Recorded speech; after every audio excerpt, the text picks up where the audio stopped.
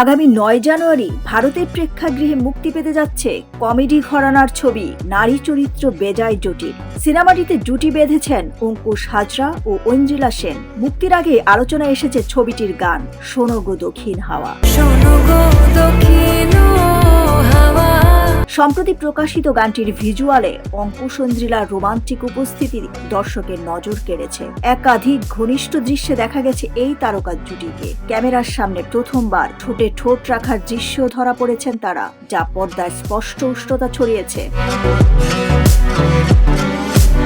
গানে অঙ্কুশকে লাল শার্টে এবং ঐন্দ্রিলাকে লাল ও olive green গাউনে দেখা গেছে। বিদেশের মনোরম সমুদ্র সৈকতের পটভূমিতে রোমান্সে ভরপুর দৃশ্যায়ন গানটিকে করেছে আরও আকর্ষণীয়। উল্লেখ্য, শোনো গো দক্ষিণ হাওয়া মূলত কিংবদন্তি সঙ্গীত শিল্পী এস.ডি. বর্মনের গাওয়া বহু পুরনো গান। পরে কোক স্টুডিও বাংলায় নতুন আয়োজনেও গানটি জনপ্রিয়তা পায়। নতুন সিনেমার আবহে গানটি আবারও আলোচনায় এসেছে।